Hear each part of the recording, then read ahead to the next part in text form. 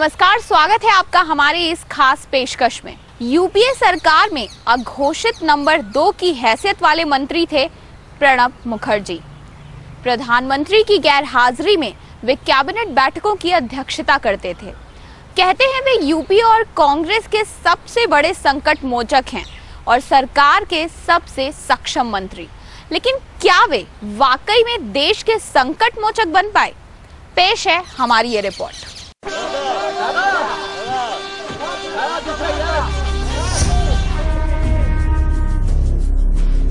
24 घंटे काम करने वाले नेता की छवि थी प्रणब मुखर्जी की।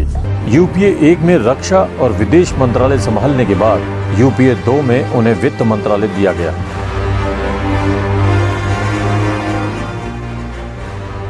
इस समय जितने मंत्री समूह बने हैं उनमें से ज्यादातर के अध्यक्ष प्रणब मुखर्जी रहे हैं।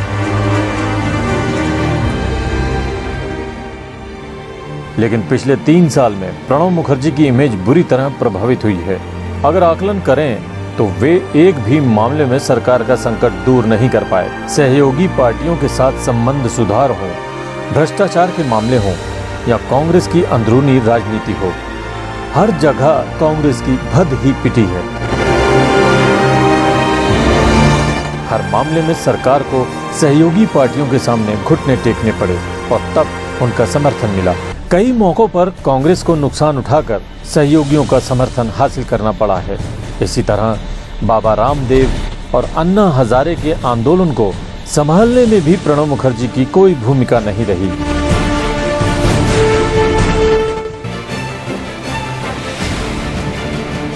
टूजी घोटाले में प्रणब मुखर्जी के दफ्तर से प्रधानमंत्री कार्यालय को भेजी गई चिट्ठी से सरकार की मुश्किलें और भी बढ़ी। यही नहीं, साथ ही गृह मंत्री चिदंबरम के साथ उनके टकराव की खबरों ने सरकार की इमेज का और भट्ठा बैठाया।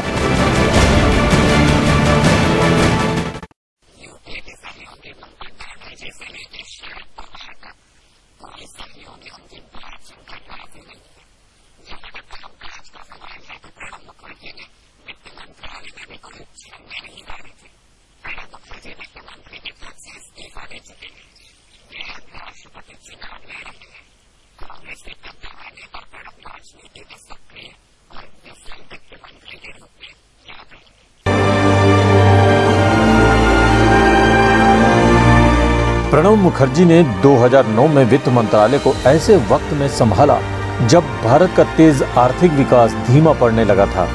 विकास दर करीब 7% पर आ गई, महंगाई भी आसमान छू रही थी।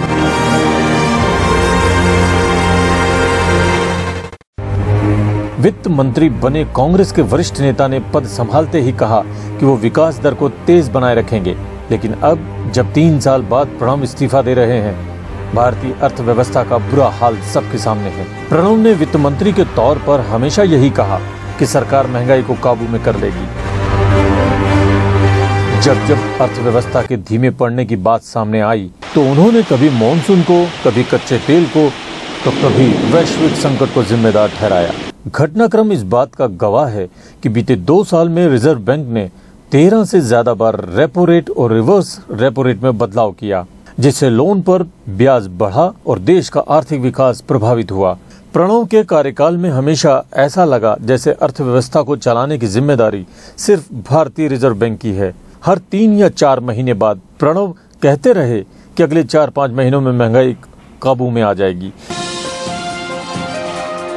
इस बीच भारत का रुपया आए दिन रिकॉर्ड स्तर पर गिरता चला गया। इसकी वजह से आयात बहुत महंगा हो गया। छोटे मझोले उद्योगों की हालत खराब हो गई, लेकिन प्रणब इससे निपटने में नाकाम रहे।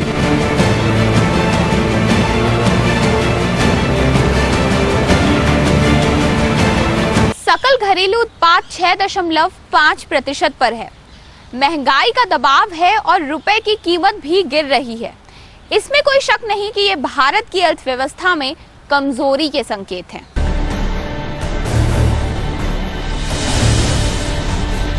राजनीति की बिसात पर प्रणब मुखर्जी भले ही कांग्रेस के दिग्गज नेता हों, लेकिन वित्त मंत्री के तौर पर वो औसत दर्जे से भी बहुत नीचे रहे।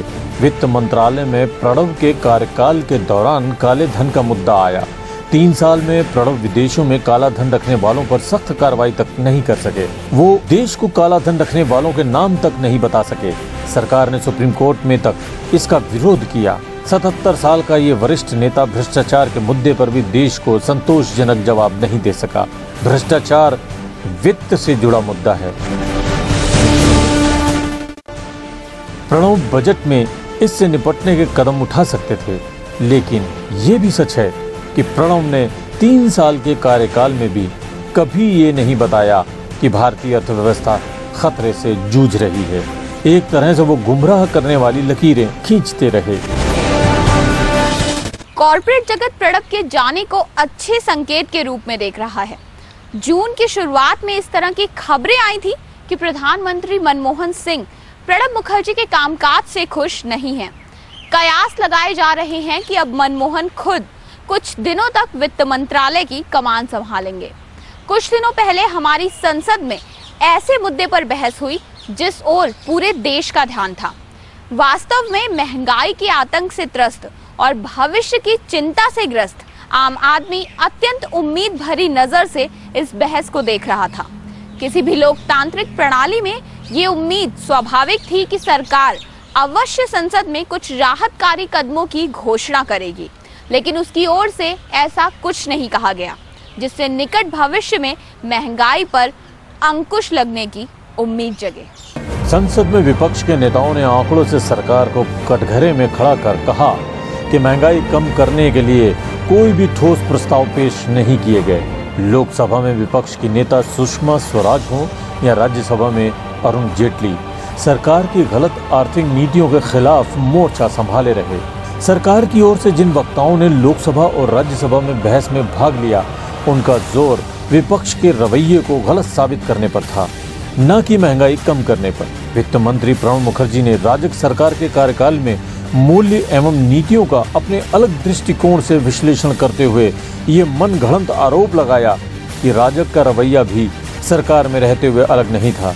राज्यसभा में कांग्रेस की जयंती नटराजन ने विपक्ष के महंगाई विरोधी रवैये को ही राजनीतिक लाभ उठाने की रणनीति बता दिया। इससे ये बात तो स्पष्ट हो गई कि सरकार खास नियम के तहत चर्चा से क्यों बचना चाह रही थी। सरकार के पास महंगाई कम करने की कोई कारगर योजना ही नहीं थी।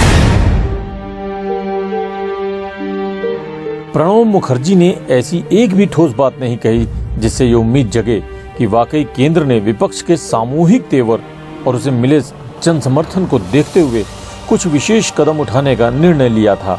वित्त मंत्री कहते हैं कि मूल्य वृद्धि पर अंकुश लगाने के लिए सभी संभव कदम उठाए गए और उठाए जाएंगे, लेकिन लोगों को यह समझना होगा कि कुछ कदम जैसे आपूर्ति में कमी या जमाखोरी केंद्र सरकार के नियंत्रण से बाहर हैं। यही तो देश जानना चाहता था कि जो कदम उठाए गए वे क्या हैं और उनका परिणाम क्या आया। पिछले 2 वर्ष से हम यही सुनते आ रहे हैं कि हमारा देश दालों और तेलों के मामले में कम पैदावार एवं अंतर्राष्ट्रीय बाजार में अपर्याप्त उपलब्धता जैसे दोहरे संकट का सामना कर रहा है। वास्तव में इस प्रकार के सारे तर्क केवल अपनी विफलता छिपाने के लिए हैं। देश प्रणब मुखर्जी से ये नहीं सुनना चाहता था कि तेल का मूल्य बढ़ाना इसलिए अपरिहार्य हो गया था क्योंकि अंतर्राष्ट्रीय मूल्य में वृद्धि हो गई थी। ये बात तो सरकार की ओर से पहले ही कई बार कही जा चुकी है। तेल के मूल्य का असर तो हर चीज पर होता है। अगर इसका मूल्य नहीं घटेगा तो फिर महंगाई पर काबू पाना संभव नहीं होगा। कई अंतर्राष्ट्रीय संस्थान बीते 2 साल में भारत की रेटिंग गिरा चुके हैं। कॉर्पोरेट जगत का मानना है कि भ्रष्टाचार और महंगाई के मुद्दों के साथ सरकारी नीतियों के अभाव में भारत से निवेशकों का भरोसा उठता जा रहा है। कई विदेशी कंपनियां सरकारी फैसलों के अभाव में इंतजार की मुद्रा में हैं। प्रणब मुखर्जी जब वित्त मंत्री बने थे तब देश को 10% विकास दर के सपने दिखाए जा रहे थे। वित्तीय घाटा भी काबू करने का सपना सरकार दिखाने लगी थी, लेकिन पिछले 3 साल में सब बिगड़ गया है। पिछले 2 सालों में यूपीए सरकार ने महंगाई से लोगों को मार डाला और महंगाई को काबू में लाने के लिए मौद्रिक उपायों को इतना खींचा गया कि विकास दर 6% के आसपास ही रह गई। औद्योगिक विकास दर से लेकर कृषि विकास दर सबसे उम्मीदें टूटी हैं। वित्तीय घाटा 6% तक पहुंच गया है, जिसे 3% पर लाना था। ऊपर से औद्योगिक विकास दर और निर्यात के आंकड़ों की गड़बड़ी ने सरकार को और शर्मिंदा किया है। कुल मिलाकर आर्थिक तस्वीर बेहतर होने की बजाय खराब हो गई है। फिक्की और CII जैसे संगठन चाहते हैं कि सरकार ठोस नीतियां बनाए और लागू करे, लेकिन सरकार को इसकी परवाह ही नहीं है। अब इस्तीफे से ठीक पहले वित्त मंत्री के तौर पर प्रणब मुखर्जी मान रहे हैं कि भारतीय अर्थव्यवस्था की हालत नाजुक है। कोलकाता में उन्होंने कहा कि हम कुछ कदमों की घोषणा करेंगे जिससे बाजार के हालात बेहतर हो सकेंगे, लेकिन देखिए कैसे आर्थिक सुस्ती दूर करने के लिए निर्णायक फैसला करने का संकेत देकर सरकार ने अब पूरी तरह से अपने कदम पीछे हटा लिए हैं। वित्त मंत्री प्रणब मुखर्जी आर्थिक हालात सुधारने के लिए कड़े फैसले लेने से पीछे हट गए। वहीं रिजर्व बैंक ऑफ इंडिया ने ECB की सीमा बढ़ाने और सरकारी प्रतिभूतियों में ज्यादा विदेशी निवेश का फैसला किया है। प्रधानमंत्री मनमोहन सिंह और वित्त मंत्री प्रणब मुखर्जी दोनों ने कठोर फैसले का ऐलान होने की बात कही थी। हाल ही में वित्त मंत्री ने कहा कि जल्द ही घोषणाएं की जाएंगी। फिर कहा गया कि अब घोषणा RBI की तरफ से होगी, लेकिन RBI की घोषणाएं मामूली साबित हुई। रिजर्व बैंक ने कंपनियों के लिए ECB की सीमा बढ़ाने और सरकारी प्रतिभूतियों में ज्यादा विदेशी निवेश जैसे रस्मी फैसले जरूर किए। रिजर्व बैंक ने मैन्युफैक्चरिंग और ढांचागत क्षेत्र की कंपनियों के लिए विदेशी वाणिज्यिक ऋण यानी कि ECB की सीमा बढ़ाकर $10 अरब कर दी है।